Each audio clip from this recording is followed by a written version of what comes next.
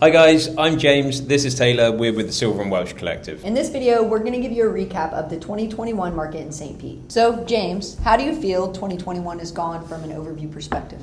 I would say that it's been pretty fast-paced and aggressive. There was an article that just came out via Realtor.com that listed Tampa Bay, including St. Petersburg, as one of the top 10 hottest neighborhoods across the country. In terms of actual statistics and how that looks, this last year we've seen an increase in home value of 6.8%, and there's been an increase of the number of homes that have sold by 9.6%. Despite that, we still have very limited inventory, less than a month, so it's created quite an aggressive market. For sellers, they can get high numbers. For buyers, they're coming up against multiple offer type situations. However, the mortgage interest rates have also stayed nice and low, so it's helped balance things out a little bit for the buyers. What would you say has been the hottest sector of the market this year? I think the hottest sector of our market are single-family homes, predominantly that first-time home buyer type of property. The market under 500 is extremely competitive. There's virtually less than 1 month of inventory, in St. Pete in that market. The stuff under 250 has virtually dried up. That's definitely the hottest market, but what we're seeing is with prices increasing, the investors buying up anything under 250, that starter home market is very difficult to tap into. James, what do you feel has been the slowest sector of the market? I would say that regardless of price point, it's more so to do with the specific home. Mm-hmm. And what I mean by that is if you've got a home that has been updated, say, somewhere between the last 10 to 20 years, it kind of falls into that tough category where it's not the brand new sparkly stuff that everyone loves, but it's also not completely beaten up and kind of the gut job scenario.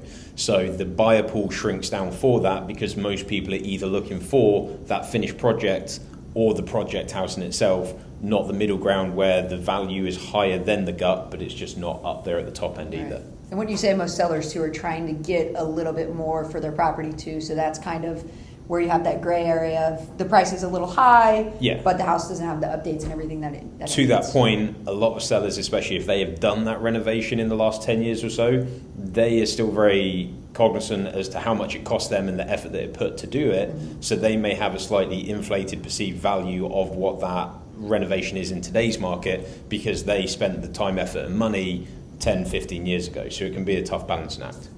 Makes sense. What trends would you say have developed over 2021? I think the big thing that we've seen with 2021 is kind of the need for additional space.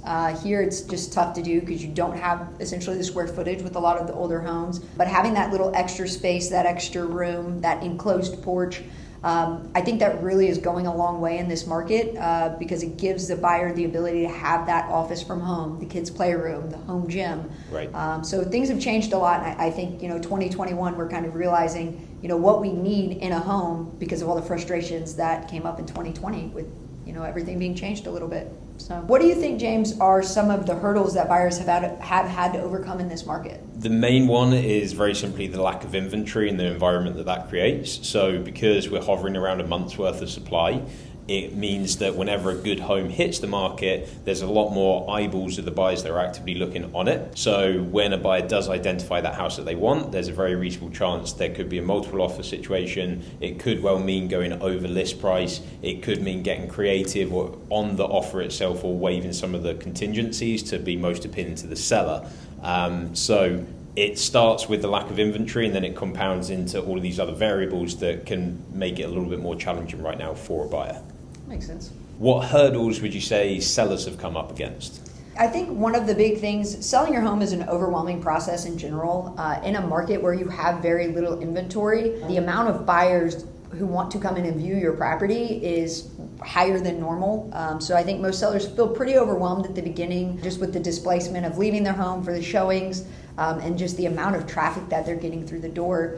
Additionally, offers, and reviewing multiple offers and so it's important to kind of be able to streamline these processes and water everything down for the sellers so they're able to take it all in. I think another challenge we've been having too are appraisal issues. In a rapidly appreciating market with very little inventory, buyers who've been beat out 10 times on a property are willing to pay a little bit more for it. Right. Can they make up the difference? It's always something that we have to work through with each contract, but there are definitely more appraisal issues in this market than in general. And The other thing being that most sellers are then buying something else. Yeah. So then you have the issue of selling in itself, but then you've also got to tiptoe around figuring out the next purchase, which can make things interesting. Yeah, especially in this market. It's not as easy to just, list it, go find something new, and you have plenty of time. Right. You're competing, if you're moving into the same area, you're competing in the exact same market that you're selling in. So lots of challenges there. So James, what are you expecting the 2022 market to look like?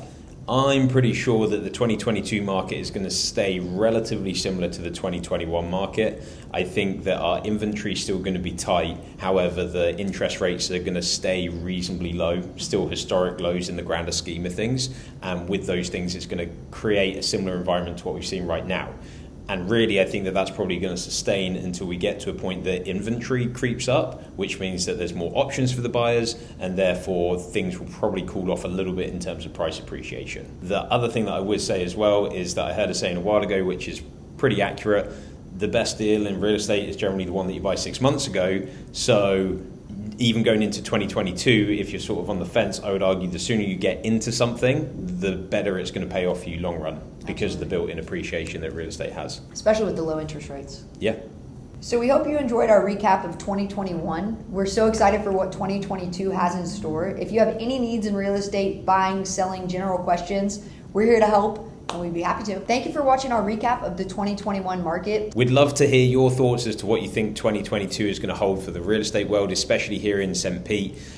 Give us a thumbs up, subscribe to the channel for more real estate content, and any real estate questions or St. Pete questions, we'd be happy to help. Yep, drop them below. Anything you need, we're here. Have a good one.